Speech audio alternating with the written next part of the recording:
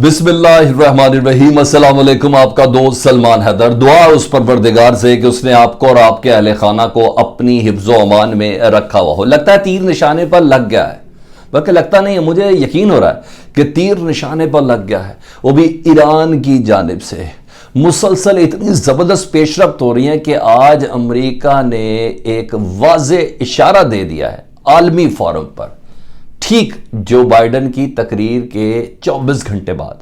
जो खबर मैं आपके साथ शेयर करने जा रहा हूं, खुशाइंद खबर है, अच्छी खबर, लेकिन किन हालात में है कि जिसमें अमेरिका और इसराइल को वाकई थ्रेट महसूस हो रहा है कि ये जो 3 ट्राइका, और इस ट्राइका के साथ खैर कई और ममालिक भी हैं, जो मेन ट्राइका बनने जा रहा है और जिसको बड़ा एग्रेसिवली इब्राहिम रईसी प्ले कर रहे हैं और ईरान प्ले कर रहा है, उसके बाद ये खित्ते के अंदर इसराइल और अमेरिका और इसराइल और अमेरिका के मफादात को सबसे ज़्यादा नुकसान पहुंचेगा।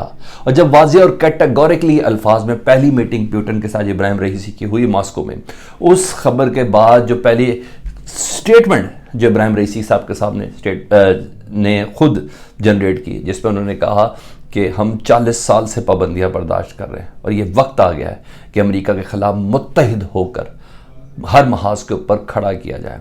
वो क्या चीज़ें हैं जिसकी बिना पर अमेरिका को यह थ्रेट फील हुई, और जो मैं अब आपके सामने जो अहम तरीन एविडेंसेस रखूंगा, जिसमें अमेरिका ने वियना मुज़ाकरात की कामयाबी के हवाले से क्या चीज़ें ज़बरदस्त बोल दी हैं। जी अचानक से ही कल तक कह रहे थे कि हम दूसरे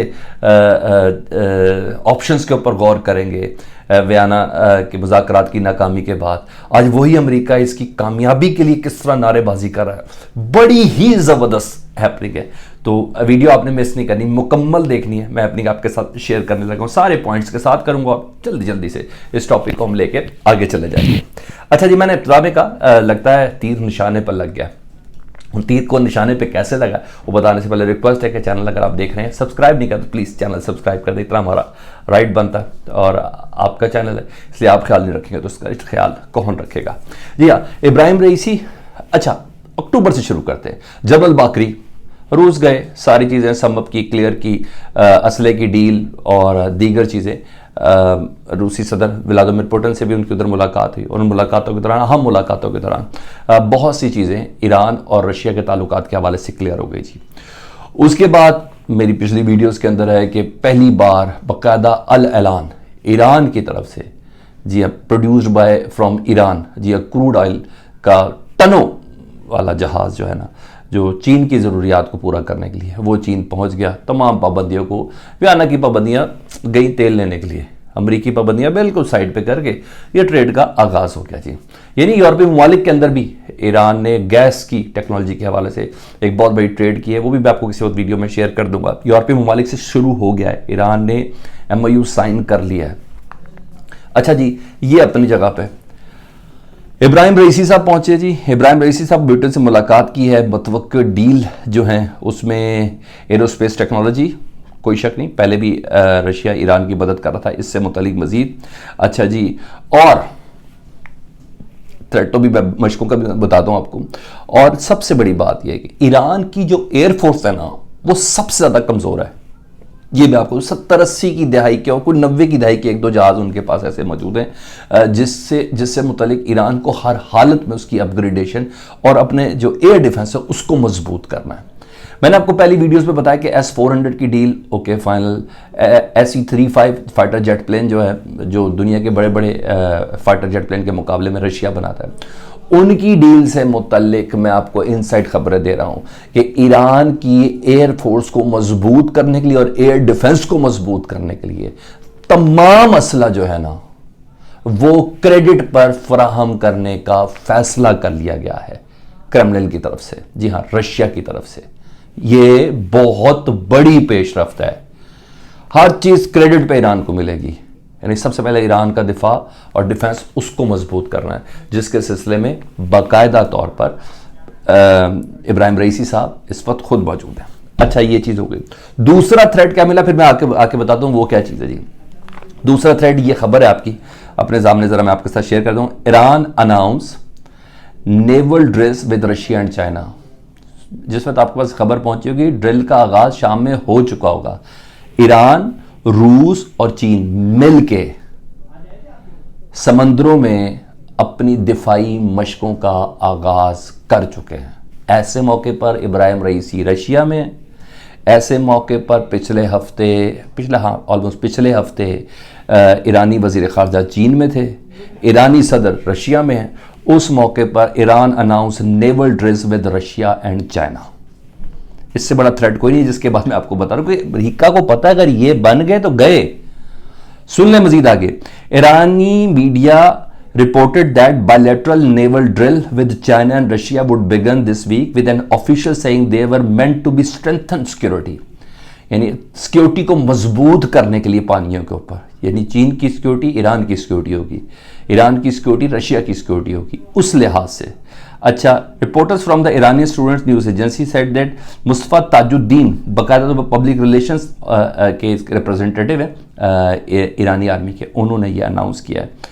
और रशिया ने जहाज़ और चीन ने जहाज़ बहरा हिंद में भेज दिए ईरान के साथ मुश्तरका मशकें करने के लिए। ठीक है, ये थ्रेट है। इस थ्रेट के बाद हुआ क्या जी, वो आप सुन लें, जिसकी खबर का इंतजार आप और मैं खुद कर रहे थे, अभी तक नहीं मिला था। पहले ज़रा एक खबर ले लें, टोन बदली कैसे, वो आपके साथ शेयर करता हूँ जी। सबसे पहले जी ये देखें, Daily Mail ji, Daily Mail कह रहा है US says nuclear talks with Iran at decisive movement. Vienna में जो न्यूक्लियर टॉक्स हो रही है ना 4+1 की, वो बहुत डिसाइसिव मूवमेंट के अंदर आ गई हैं, फैसला कुल मरहले के अंदर दाखिल हो चुकी हैं। अच्छा, US secretary state Anthony Blinken said that talks with Iran over the nuclear programme are a decisive movement. ठीक है जी, but warned if a deal is not reached in the coming week then Washington and its allies में change tactics. ये उन्होंने daily mail ने बोला। अब खलीज time क्या बोल रहा जी, जिनसे उनकी बात हुई है, क्योंकि ये बर्लिन के अंदर था और दीगर अपने जो इत्तेहादिया 1+4 में जो वियना में बात करें, उनकी मौजूदगी में ये बात हो रही है जी। Iran nuclear deal still possible after modest progress, Anthony Blinken says. यहाँ समंदर पे ये इकट्ठे हैं, यहाँ कारोबार तिजारत, वहाँ असले से भरी हुई चीज़ें ईरान को मिलने जा रही हैं। यहाँ चीन ने तमाम कारोबार सीधा कर लिया सारी पाबंदियों के बावजूद। अब एंथनी ब्लिंकन कह रहे हैं ईरान के साथ अब डील एक प्रोग्रेस की तरफ है। ठीक है, can be modest progress, can be possible deal, Iran nuclear deal still possible. ठीक है, ये उन्होंने कहा है। और modest progress in the last couple of weeks of talks in Vienna. थोड़ा और सुन ले जी। US secretary Anthony Blinken said that Thursday that he believed reviving the Iran nuclear deal was still possible after modest progress in talk after meeting with European allies in Berlin. Berlin में अपने दोस्तों के साथ मिलकर, यानी अपने हम मनसबों के साथ मिलकर वो मीडिया से बात कर रहे थे कि ये डील करीब है, मुमकिनात के बहुत ज़्यादा करीब पहुंच चुकी है। मजीद सुन लें एंथनी ब्लिंकन खुद क्या कह रहे हैं। My own assessment talking to all our colleague, सब दोस्तों से बात करके, is that returning to mutual compliance it remains possible. We have seen, I would say, some modest progress in the last couple of weeks in the talk in Vienna.